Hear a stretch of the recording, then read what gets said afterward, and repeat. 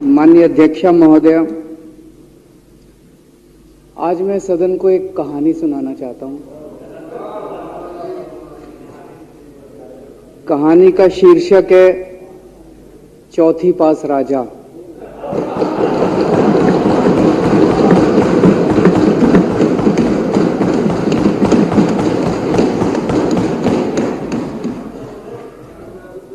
आपने बचपन में राजा रानी की बहुत कहानियां सुनी होंगी। मेरी कहानी में रानी नहीं है,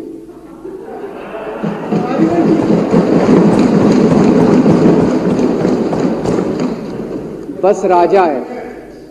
ये कैसे राजा की कहानी है अध्यक्ष महोदय, जो अनपढ़ था, चौथी पास था, बेहद अहंकारी था, बहुत अहंकार था, बहुत ज्यादा, और पैसे की इतनी हवस थी, इतना भ्रष्टाचारी था, इतना भ्रष्टाचारी राजा था। ये एक महान देश की कहानी है। एक बहुत महान देश था, कई हजार साल पुराना देश। उस देश में एक गांव में एक बहुत गरीब परिवार में एक बच्चे का जन्म हुआ।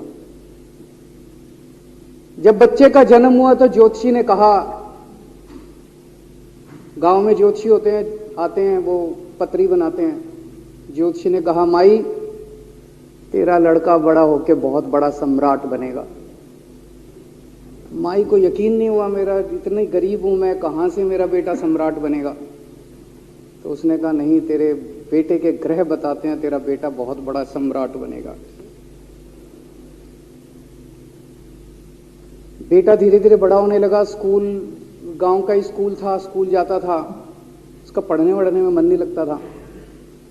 तो चौथी के बाद उसने किसी तरह से चौथी करी, चौथी के बाद उसने स्कूल छोड़ दिया। गांव के पास एक रेलवे स्टेशन था।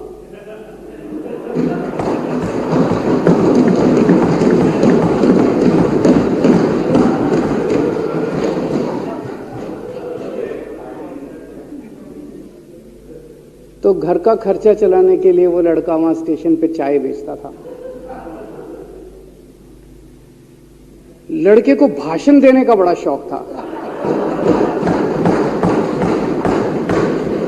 सारे गांव के लड़कों को इकट्ठा कर लेता, आसपास के गांव के भी इकट्ठा कर लेता, सामने वो खाट डाल लेता, उस पर चढ़ जाता और भाषण देता।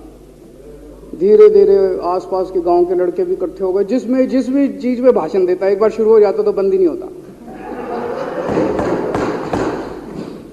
अब ज्योतिषी ने कहा था, लड़का बड़ा हुआ, बड़ा होके एक दिन उस महान देश का वो राजा बन गया। पूरे देश में उसका नाम हो गया चौथी पास राजा। लोग उसको चौथी पास राजा कहते थे। अब उसे आता जाता कुछ था नहीं, पढ़ा लिखा था नहीं। अफसर आते, कुछ अंग्रेजी में चपर चपर करते, उसको समझ नहीं आता। अफसर जो मर्जी उससे साइन करा के ले जाते, जो मर्जी उससे साइन करा के ले जाते। अब वो कुछ पूछे अफसरों से तो उसे भी शर्म आती थी कि मैं पूछूंगा तो उनको लगेगा अनपढ़ आदमी है, पता चल जाएगा। तो उसके भी दिल में ये रहता था, यार मैं पूछूं ना पूछूं। पता नहीं किस किस चीज पे उसने चौथी पास राजा ने साइन कर दिए। फिर धीरे धीरे राजा को ये बुरा लगने लगा, यार ये मेरे को चौथी पास कहते हैं। तो उसने एक फर्जी डिग्री बनवा ली। कहीं से फर्जी डिग्री बना के ले आया, एमए की। बोला मैं एमए हूं।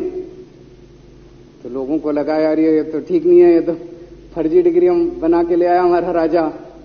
तो लोगों ने आरटीआई डाली।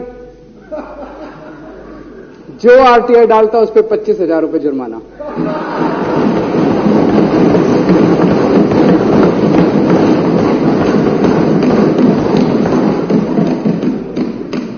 आपके नेता की बात नहीं कर रहा।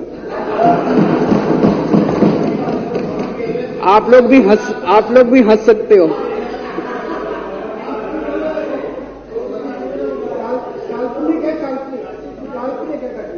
तो जो आरटीआई डाले उसको 25,000 रुपए का जुर्माना, जो आरटीआई डाले उसको 25,000 रुपए का जुर्माना।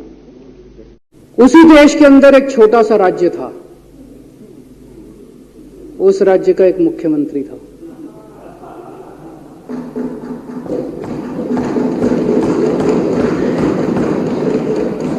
उनके चेहरे पे भी स्माइल आ गई,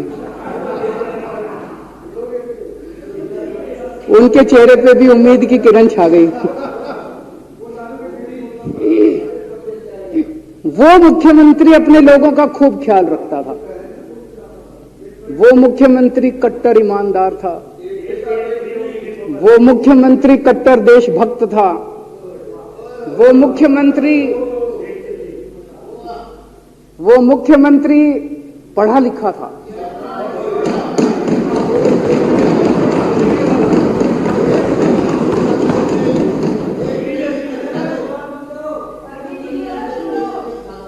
उस मुख्यमंत्री ने अपने लोगों को महंगाई से छुटकारा दिलाने के लिए बिजली मुफ्त कर दी।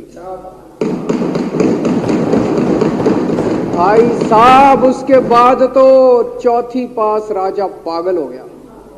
उसने बुला के जो हड़काया उस मुख्यमंत्री को कि तेरी हिम्मत कैसे हुई। उसे लगा राजा ने तो सारी बिजली कंपनियों पे कब्जा कर रखा था। उसे लगा अगर ये बिजली मुफ्त करने लग गया तो बाकी देश में तो मेरा बेड़ा गर्क, मेरी बिजली कंपनियां लुट जाएंगी, ऐसे कैसे चलेगा। उसने उसको कहा खबरदार, तूने बिजली मुफ्त की। मुख्यमंत्री नहीं माना। धीरे धीरे उस मुख्यमंत्री ने अपने गरीबों के स्कूल ठीक करने चालू कर दिए। तो राजा ने उसको बुला के और हड़काया। राजा बोला ये क्या कर रहा है तू, स्कूलों के में बच्चों को पढ़ाता है, तू स्कूल खोल रहा है, ये बंद कर, ये सब, ये नहीं चलेगा इस देश का। वो नहीं माना मुख्यमंत्री। फिर उसने मुख्यमंत्री ने सबके इलाज मुफ्त कर दिया, सबके लिए शानदार मोहल्ला क्लिनिक खोल दिए, इलाज मुफ्त कर दिया। राजा तो बिल्कुल ही पागल हो गया। धीरे धीरे जनता को पता चला कि राजा कैसा है। एक दिन लोगों ने उस राजा को उखाड़ के फेंक दिया।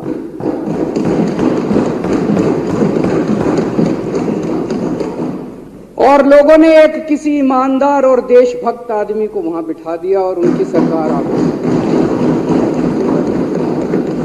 और उसके बाद देश से महंगाई खत्म हुई और देश रात दूनी चौगुनी तरक्की करने लगा। तो जैसे हम बचपन में सुना करते थे moral of the story, Hindi में क्या कहते, मॉरल ऑफ द स्टोरी का मतलब भाई इस कहानी में क्या प्रेरणा मिलती है। इस कहानी से ये प्रेरणा मिलती है कि अगर आपके देश में महंगाई है, आपके देश में समस्याएं हैं, आपके देश में सब कुछ गड़बड़ चल रहा है, तो सबसे पहले जांच परख के देखो आपका राजा अनपढ़ तो नहीं है।